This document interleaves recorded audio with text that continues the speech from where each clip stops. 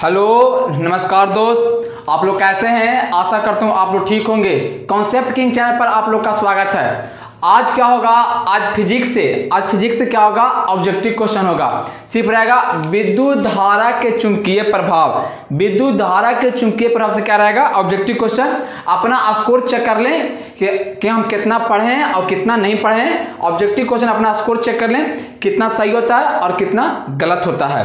सिर्फ रहेगा objective question. Chapter का नाम रहेगा विद्युत धारा के चुंबकीय प्रभाव। फिजिक्स का चैप्टर नंबर 5 होगा। चलिए अब हम स्टार्ट करते हैं। अगर वीडियो समझ में आएगा तो चैनल को सब्सक्राइब और लाइक और कमेंट जरूर करिएगा। चलिए अब हम स्टार्ट करते हैं। क्या सिर्फ रहेगा ऑब्जेक्टिव क्वेश्चन।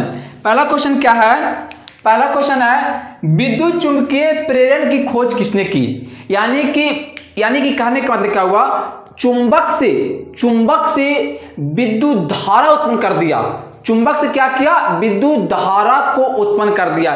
ये हम डीपली हम पढ़ा दिए हैं। सिर्फ आप लोग का ऑब्जेक्टिव होगा, डीपली हम पहले ही पढ़ा दिए हैं। तो कह रहा है कि विद्युत चुंबकीय प्रेरण की खोज किसने किया। तो ऑप्शन ए था एम्पियर साहब, फ्लेमिंग साहब, फैराडे साहब, डी था नोट, इनमें से कोई नहीं। तो इसका जो आंसर होगा माइकल फैराडे ने विद्युत चुंबकीय प्रेरण का खोज किया था। यानी इसका आंसर होगा माइकल फैराडे, यानी कि इसका आंसर ऑप्शन नंबर सी होगा। अब आगे चलते हैं।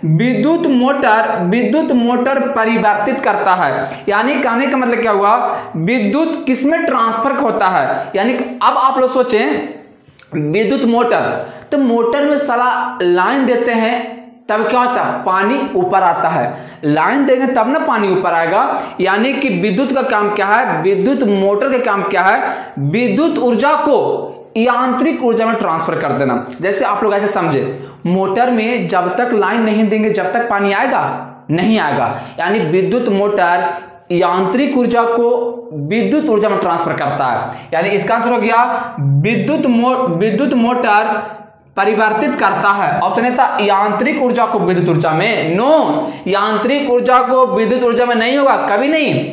फिर है विद्युत ऊर्जा को यांत्रिक ऊर्जा में। हाँ बिल्कुल, क्यों, क्योंकि हम लोग मोटर में लाइन देंगे, जैसी लाइन देंगे तो मोटर क्या नचेगा और पानी के ऊपर क्या करेगा, खींच लेगा। यानी कि विद्युत ऊर्जा को यांत्रिक ऊर्जा में ट्रांसफर करता है। यानी कि इसका आंसर ऑप्शन नंबर बी सही होगा। अब हम लोग आगे चलते हैं।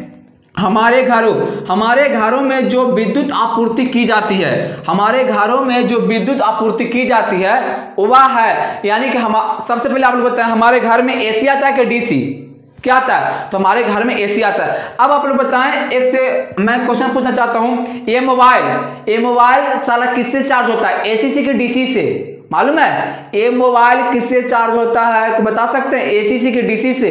तो आप लोग सोच रहे हो डीसी से साथ एसी से, किससे चार्ज होता है, एसी से कि डीसी से। एसी से चार्ज होता है, नहीं, नोट, एसी से चार्ज नहीं होता है। कभी देखे कि मोबाइल गए और डायरेक्ट प्लग खोस के इसमें लगा दिए। सबसे पहले हम लोग चार्जर खोजते हैं, इसका चार्जर कहाँ है। तो चार्जर में जो गोल रहता है ना, उसमें एक लगा होता है रेक्टिफायर, जो एसी को डीसी में ट्रांसफर करता है। यानी मोबाइल चार्ज किससे होता है, डीसी से चार्ज, एसी से नहीं चार्ज होता है, डीसी से। कभी आप लोग देखें कि मोबाइल को जाके डायरेक्ट इसमें, यानी कि डायरेक्ट उसमें क्या किया, जोड़ दिए, ऐसा देखें नहीं। सबसे पहले क्या करते हैं, चार्जर खोजते हैं, किसका चार्जर कहाँ है। यानी कि मोबाइल चार्ज होता है डीसी से। एसी को जो चार्जर होता है ना गोल का, वह एसी को डीसी में ट्रांसफर कर देता है। यानी मोबाइल चार्ज होता है डीसी से। अब कह रहा था यहाँ पे कि हमारे घरों में जो विद्युत आपूर्ति होती है वह है 220 वोल्ट डीसी। नो, नहीं होगा, ये भी आंसर नहीं होगा। 12 वोल्ट डीसी, नहीं, इसका आंसर होगा 220 वोल्ट एसी। यानी हमारे घरों में जो लाइन आता है वह एसी आता है। और कितना आता है, 220 वोल्ट। अच्छा, एसी तो आता है 220 वोल्ट, लेकिन आवृत्ति कितना आता है, तो 50 हर्ट्ज। आवृत्ति कहने का मतलब है 1 सेकंड में कितना बार ऐसे अप डाउन करेगा। यानी 50 बार, 1 सेकंड में 50 बार ऐसे अप डाउन करता है। यानी कि उसका आवृत्ति हो गया 50 हर्ट्ज। यानी कि 220 वोल्ट एसी और 50 हर्ट्ज, लेकिन 50 ऑप्शन में नहीं है। इसका आंसर होगा 220 वोल्ट एसी। इसका आंसर होगा 220 वोल्ट AC। आगे है स्विच लगाए जाते हैं, जो टिपटप्पा स्विच होता है, जो टिप तो हुआ लेकिन टॉप नहीं होता। क्यों? स्विच लगाए जाते हैं ठंडे तार में, गर्म तार में, भू तार में कि नोड। तो स्विच हमेशा लगता है गर्म तार में, ठंडे तार में नहीं। अब आप लोग बताएं गर्म तार का रंग कैसा होता है? आप लोग पढ़े ना होंगे, गर्म तार का रंग कैसा होता है? तो लाल। याद करने के कॉन्सेप्ट, जब आदमी गर्म हो जाता है तो उसका आंख क्या होता है? लाल हो जाता है, यानी गर्म तार का रंग लाल होता है। लेकिन ठंडा तार का रंग कैसा होता है? तो जब आदमी मर जाता है, जब उसका बॉडी, यानी जब आदमी मर जाता है तो उसका बॉडी क्या होता है? काला हो जाता है, यानी ठंडा तार का रंग ठंडा नहीं है, गर्म तार। इसका आंसर होगा स्विच लगाए जाते हैं गर्म तार में स्विच लगाए जाते हैं गर्म तार में। गर्म तार का रंग कैसा होगा? तो लाल। हम बताएं कॉन्सेप्ट कि जब आदमी गर्म होता है तो उसका आंख क्या होता है? लाल, यानी कि गर्म तार का रंग लाल होता है। लेकिन ठंडा तार का रंग कैसा होता है? काला। क्यों? क्योंकि जब आदमी मर जाता है तो उसका शरीर क्या होता है? काला हो जाता है, यानी कि ठंडा तार का रंग कैसा होता है? काला। इसका होगा काला। लेकिन भू तार का रंग कैसा होता है? भू मतलब समझ में आता है, जो अर्थिंग देते हैं। अब याद करने का कॉन्सेप्ट, धरती पे घास क्या रहता है? हरा भरा। धरती पर घास कैसा रहता है यार? हरा भरा। यानी भू तार का रंग कैसा होता है? हरा होता है। भू तार का रंग हरा, कॉन्सेप्ट याद हो गया। यानी भू तार का रंग हरा, गर्म तार का रंग लाल और ठंडा तार का रंग काला। अब हम लोग आगे चलते हैं, क्वेश्चन आगे ले लेते हैं। क्वेश्चन आगे है, आगे क्या क्वेश्चन है हम लोग देख लेते हैं। क्वेश्चन आगे क्या है? क्वेश्चन 4 ना हुआ, क्वेश्चन 4 है। आगे क्वेश्चन ले लेते हैं। आगे बैटरी से किस प्रकार की धारा प्राप्ति होती है? बैटरी से किस प्रकार की धारा प्राप्ति होती है? क्वेश्चन आगे है हम लोग का, इसको साफ हम लोग कर लेते हैं। और आप लोग यार कम से कम वीडियो को लाइक करें, इतना मेहनत करते हैं, कम से कम वीडियो को लाइक जरूर करें। क्या है? आगे है बैटरी से किस प्रकार की धारा प्राप्ति होती है? यानी क्वेश्चन था 5, क्वेश्चन 5 था बैटरी, यानी बैटरी से किस प्रकार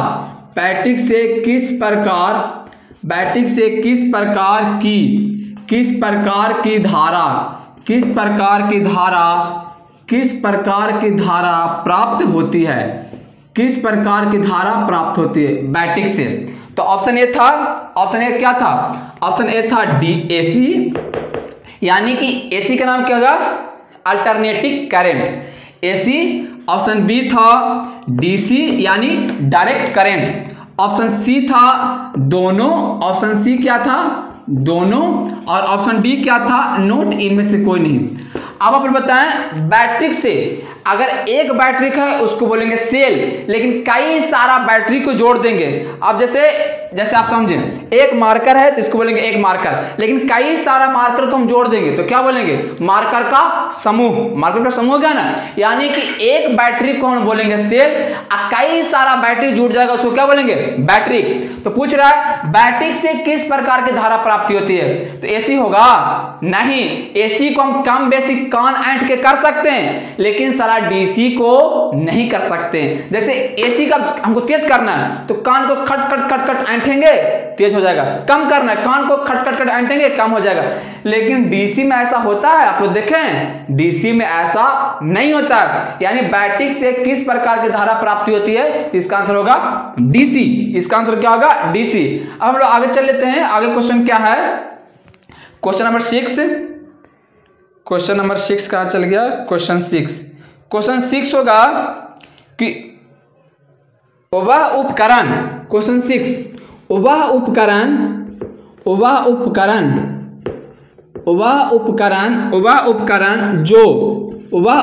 जो विद्युत ऊर्जा को यांत्रिक ऊर्जा में ट्रांसफर करता है। वह उपकरण जो विद्युत ऊर्जा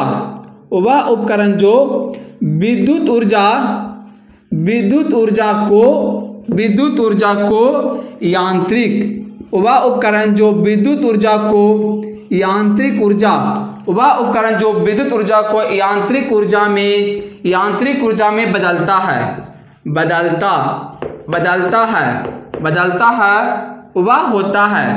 वह होता व होता है।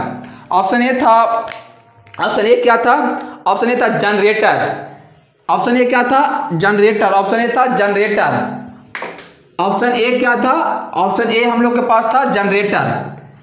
ऑप्शन ए क्या था? Generator, generator, generator.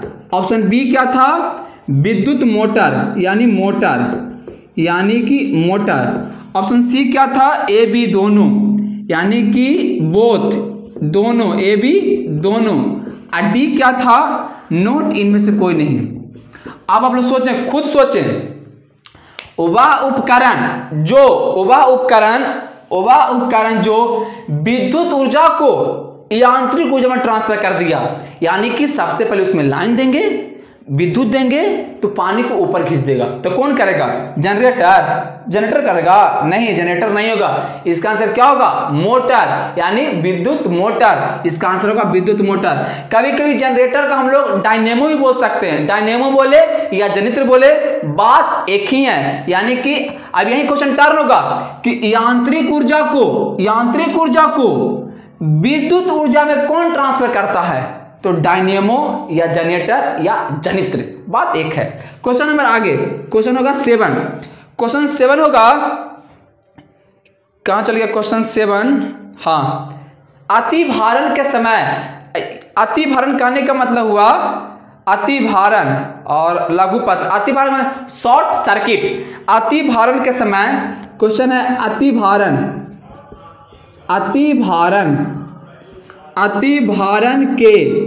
अतिभारण के समय विद्युत परिपथ में, अतिभारण के समय विद्युत परिपथ, अतिभारण के समय विद्युत परिपथ में धारा का मान, यानी विद्युत धारा का मान होता है, का मान होता है।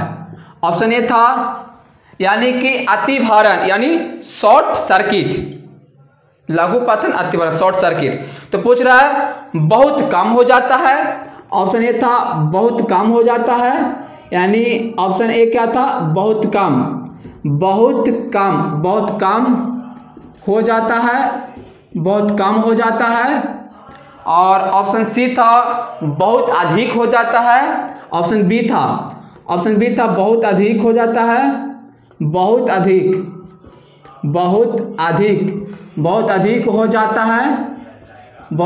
हो जाता है। और ऑप्शन डी था ऑप्शन सी था ए बी दोनों, ए गुना बी दोनों। और डी क्या था? नोट इनमें से कोई नहीं। अब बताएं आप लोग, अतिभारण के समय विद्युत धारा के मान क्या आएगा? तो आप लोग खुद समझें ऐसे कि जब हमारे घर में शॉर्ट सर्किट होता है तो धारा का मान क्या होता है? घटता है कि बढ़ता है? अरे यार, शॉर्ट सर्किट होता है तब ना हमारे घर में जो बल्ब होता है ऑटोमेटिक क्या होता है? फ्यूज हो जाता है, यानी धारा का मान बढ़ जाता है। होना चाहिए कितना, लेकिन धारा का मान क्या होता है? बढ़ जाता है। यानी जब शॉर्ट सर्किट होता है तो विद्युत धारा का मान क्या होता है? बढ़ जाता है। विद्युत धारा का मान बढ़ता है तब तो बल्ब फ्यूज हो जाता है। यानी कि अतिभारण के समय विद्युत परिपथ में विद्युत धारा का मान क्या होता है? बहुत अधिक बढ़ जाता है। यानी इसका आंसर होगा ऑप्शन नंबर बी सही है। लेकिन यही क्वेश्चन हल्का टर्न हो जाए। अब क्वेश्चन टर्न होगा, देखिए क्वेश्चन कैसे टर्न होता है। जो अब क्वेश्चन क्या पूछेगा? अतिभारण के समय विद्युत परिपथ में प्रतिरोध का मान क्या आएगा? मालूम है आंसर? नहीं मालूम होगा, कभी नहीं। प्रतिरोध का कहने का मतलब हुआ रेजिस्टेंस, धारा को रोकने वाला। तब आप लोग बताएं प्रतिरोध का मान घटेगा कि बढ़ेगा? क्या होगा? तो प्रतिरोध का मान घटेगा। अरे प्रतिरोध घटा तब तो विद्युत धारा बढ़ गया, यानी यहाँ पर प्रतिरोध रहेगा तो आंसर सारा चेंज हो जाएगा। लेकिन यहाँ पूछा धारा का मान तो बहुत अधिक होता है। अब हम लोग आगे चलते हैं। आगे क्या क्वेश्चन है इसको साफ कर लेते हैं। अब हम लोग आगे चलते हैं, आगे क्वेश्चन क्या है?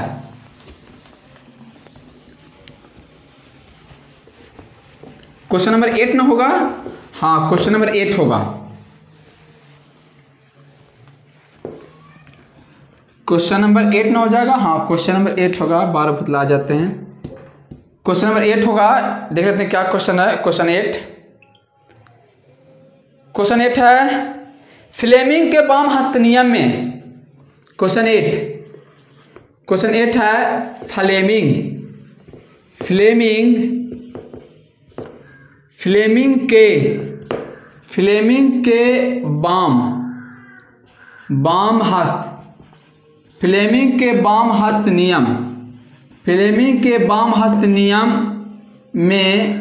फ्लेमिंग के बाम हस्त नियम में बाएं हाथ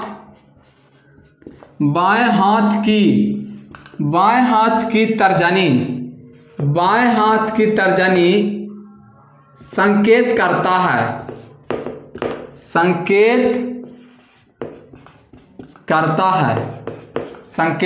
है।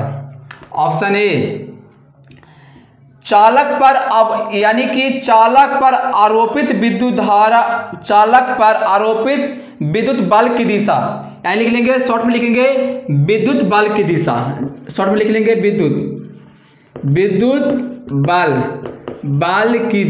विद्युत बल की दिशा। आगे क्वेश्चन था चुंबकीय क्षेत्र की दिशा, चुंबकीय क्षेत्र। आगे है क्वेश्चन चुंबकीय क्षेत्र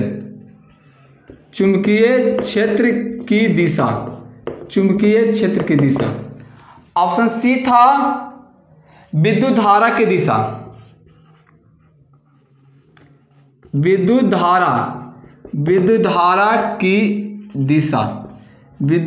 की दिशा। और डी क्या था? नोट, इनमें से कोई नहीं, डी था नोट। आप और बताएं कि फ्लेमिंग के बाएं हस्त नियम में बाएं हाथ की तर्जनी क्या संकेत करता? तो फ्लेमिंग का बाएं हस्त नियम क्या कहता है? फ्लेमिंग के बाएं हस्त नियम के अनुसार हम अपने बाएं हाथ की तीन अंगुलियां इस प्रकार फैलाते हैं कि तीनों लंबवत हो। ये क्या करता है? अंगूठा क्या करता है? चालक तार पर लगने वाली विद्युत धारा की दिशा, तर्जनी चुंबकीय क्षेत्र की दिशा, मध्यमा विद्युत धारा की दिशा। लेकिन पूछ रहा है तर्जनी हम लोग इसको बोलेंगे, ये पार्ट को क्या बोलेंगे? तर्जनी, यानी कि तर्जनी होगा चुंबकीय क्षेत्र की दिशा। तर्जनी क्या होगा? चुंबकीय क्षेत्र की दिशा, यानी कि इसका आंसर होगा चुंबकीय क्षेत्र की दिशा। हम लोग क्वेश्चन आगे चलते हैं। आगे क्वेश्चन क्या है? आगे क्वेश्चन देख लेते हैं। क्वेश्चन नंबर आगे, हमारे घरों में, क्वेश्चन आगे है, बोर्ड छोटा रहने के कारण हम लिख लेते हैं, फिर साफ करते हैं, फिर क्वेश्चन लिखते हैं। क्या करें, बोर्ड छोटा है। आगे लिखेंगे घरेलू परिपथ में, यानी घरेलू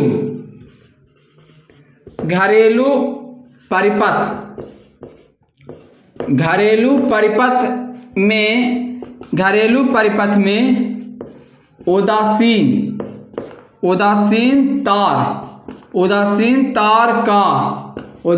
तार का रंग होता है। ऑप्शन ए था लाल, ऑप्शन बी था हरा, ऑप्शन सी था काला, और ऑप्शन डी क्या था? पीला। आप लोग बताएं कि विद्युत परिपथ में उदासीन तार का रंग होता है, यानी कि कह रहा ना कि ठंडा तार का रंग कैसा होता है? तो जब व्यक्ति मर जाता है, उसका बॉडी ठंडा होता है, तो उसका बॉडी कैसा हो जाता है? काला हो जाता है। यानी कि उदासीन तार का रंग कैसा होगा? काला, यानी कि इसका आंसर काला होगा। हम लोग आगे चलते हैं। क्वेश्चन नंबर 9 हो जाएगा, 9 होगा 10 होगा, याद नहीं आ रहा है। क्वेश्चन नंबर हो जाएगा शायद 9। क्वेश्चन 9 होगा, कहाँ चल गया? डायनेमो यांत्रिक ऊर्जा को किस ऊर्जा में बदलता है? तो डायनेमो यांत्रिक ऊर्जा को विद्युत ऊर्जा में बदलता है। तो सिंपल बात है, ये नहीं लिखाते हैं।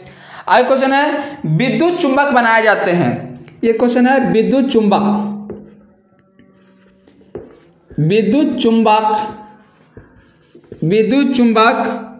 बनाए जाते हैं।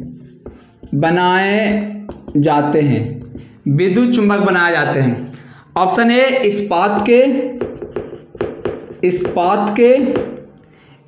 के, ऑप्शन बी चांदी के, ऑप्शन बी चांदी के, चांदी के, ऑप्शन सी पीतल के, पीतल के, और डी क्या था, नर्म लोहा के, नर्म लोहा, नर्म लोहा के। तो आप बताएं विद्युत चुंबक बनाए जाते हैं, यानी विद्युत चुंबक कैसे बनता है, हम बताते हैं कैसे बनता है। जब कुचालक पदार्थ के ऊपर, जब कुचालक पदार्थ के ऊपर चालक तार को लपेट दिया जाता है और उसमें विद्युत धारा को प्रवाहित कराया जाता है, तो उसमें चालक के चारों तरफ विद्युतीय क्षेत्र उत्पन्न हो जाता है, उसी को क्या बोलेंगे, विद्युत चुंबक। तो विद्युत चुंबक बनाया जाता है किससे, नरम लोहा से, नरम लोहा से। आज यहाँ तक रहने देते हैं। अगर वीडियो समझ में आया होगा तो चैनल को सब्सक्राइब और लाइक और कमेंट जरूर करें। धन्यवाद।